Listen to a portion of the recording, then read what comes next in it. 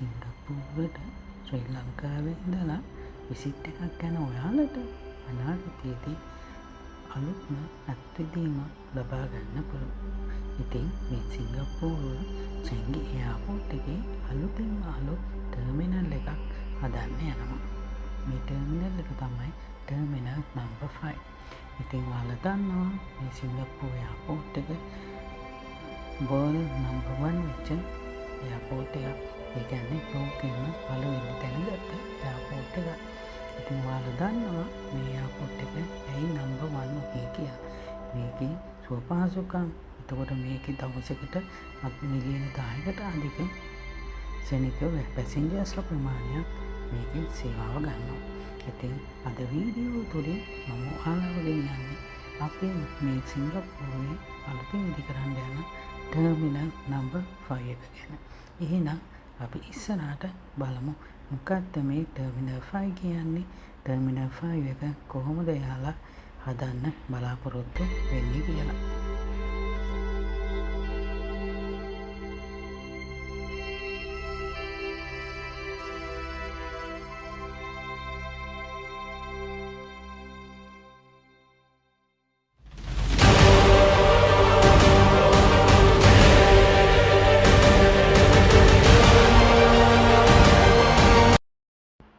ඔයාලට මේ පේන්නේ චැංගි එයාපෝට් එකේ දළ සැලැස්ම.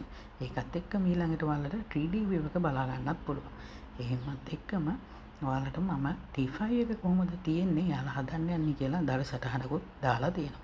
ඉතින් මේක ඇත්තටම ආරම්භ කරේ 2022 දී. 2022 මේ පළවෙනිදා මිස්ටර් ප්‍රයිම් මිනිස්ටර් මිස්ටර් ලී කියන්නේ එනවුන්ස් කරනවා මේක ඔෆිෂියලි. ඉතින් අපි ඉස්සරහට අහලා බලමු මොකද්ද ඒ ගැන කතාව එයා කිව්වේ කියලා. Changi Airport secures Singapore's position as a global aviation hub. We have ambitious plans for Changi too. Over the years, we've progressively expanded and upgraded it. I previously spoke about Terminal 4 and Jewel, and they are now done. But even before we broke ground for Terminal 4 and Jewel, we already envisaged building Terminal 5. Let me show you on a map. Here are T1 to T4, and this is T5. So T1, 2, 3, and 4.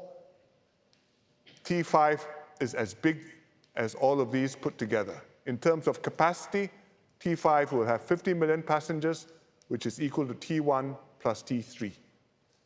But if you look at the way the airport is built, all the new part of the airport, T5 and all this new half, in fact, we are building one more new Changi Airport.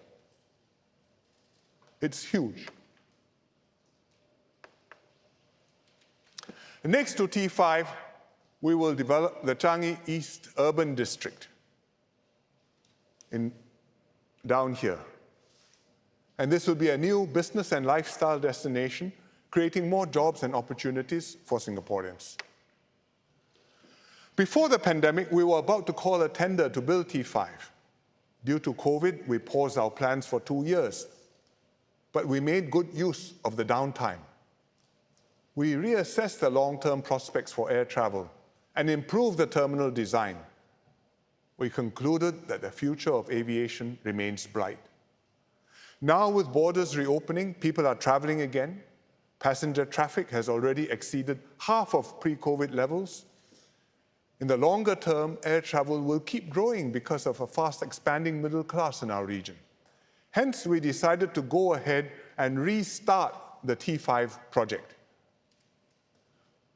We redesigned T5 to be more resilient, in particular to operate more safely and flexibly during a pandemic, to scale operations up and down more easily, and to isolate passengers from different flights to limit cross-infection.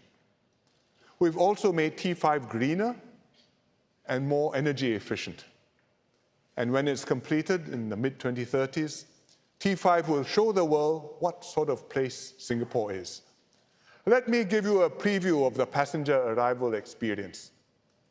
From arriving onto the SkyTrain, to immigration, to baggage collection, to a beautiful Singapore welcome. And once you leave the terminal, you can go down the escalators, take the MRT straight into town. T5 will be a place that all Singaporeans can take pride in and enjoy. Mister කීව වගේම covid ඉඳ මේක නවත්තන්න වෙනවා. ඊට පස්සේ 2025 මැයි 15 වෙනිදා අලුත් මිස්ටර් ප්‍රයිම් මිනිස්ටර් වොන් විසින් මේක ආයේ ආරම්භ කරනවා. And in 2 weeks' time, we are opening Changi Terminal 5. Groundbreaking! Groundbreaking!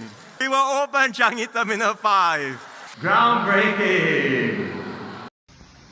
ඉතින් ප්‍රයිම් මිනිස්ටර් මිස්ටර් වොන් කිව්ව වගේම මෙයාලා මේක 2025 දී ආරම්භ කරලා 2030 වෙද්දී ඉවර කරන්න තමයි හිතන් ඉන්නේ. ඉතින් 2030 දී සිංගප්පූරුට එන ඔයාලා හැමෝටම අලුත් අත්දැකීමක් වෙයි මේක. මේ සම්පූර්ණයෙන් මේ ටර්මිනල් 5 එක පරිසර හිතකාමී විදියට තමයි ගෘහ නිර්මාණය සැලසුම් කරලා තියෙන්නේ. මොකද මෙයාලා ග්‍රීන් මාර්ක් ප්ලැටිනම් සුපර් ලෝ එනර්ජි බිල්ඩින් සාතිකය ගන්න තමයි මේකෙන් ඉලක්කය කරගෙන ඉන්නේ. එතකොට මේ සම්පූර්ණ ටර්මිනලය සූර්ය බල පැනල්, එතකොට ස්මාර්ට් ගෘහ අලංකරණ පද්ධති, ඒ වගේම තාප ශක්ති බලාගාර, මේ හැම දෙයක්ම බලා ගන්න පුළුවන්. ඉතින් මෙයාලා මේකෙන් කරන්න හදන්නේ කාබන් ප්‍රමාණය අඩු කරන එකයි. ඉතින් එයාලා මේ ප්‍රොජෙක්ට් එකට බිලියන 10ක් වැය කරනවා කියලා තමයි කියන්නේ. ඒ වගේම අනාගතයේදී මේ ගුවන් තොටුපළේ තියෙන තදබද ගතිය අඩු කරනවා කියලා තමයි මේකෙන් මේ ප්‍රොජෙක්ට් එකේ නිර්මාණකරුවන් පෙන්වා දෙන්නේ. ඉතින් මේ නිර්මාණයත් සමගම අනිවාර්යයෙන්ම ටිකටම ලෝකයේ පළවෙනිම තැන ගන්න පුළුවන් වෙයි කියලා මෙයාලා අදහස් කරනවා. ඉතින් මේ හැම ටර්මිනල් එකකටම යනකොට තියෙන මේ චේන්ජින් වලට පහසුවක් වෙන්න තමයි මෙයාලා මේ ටර්මිනල් 5 හදන්න යන්නේ.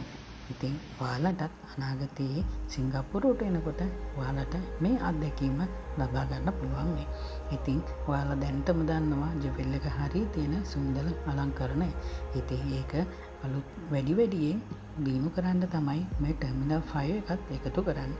ඉතින් අපි හැමෝම ප්‍රාර්ථනා කරමු දවසක අපිට මේ අත්දැකීම ගන්න ලැබෙන්න කියලා. එහෙනම් ඔන්න අදට මම ඔයාලගෙන් සමුගන්නම්.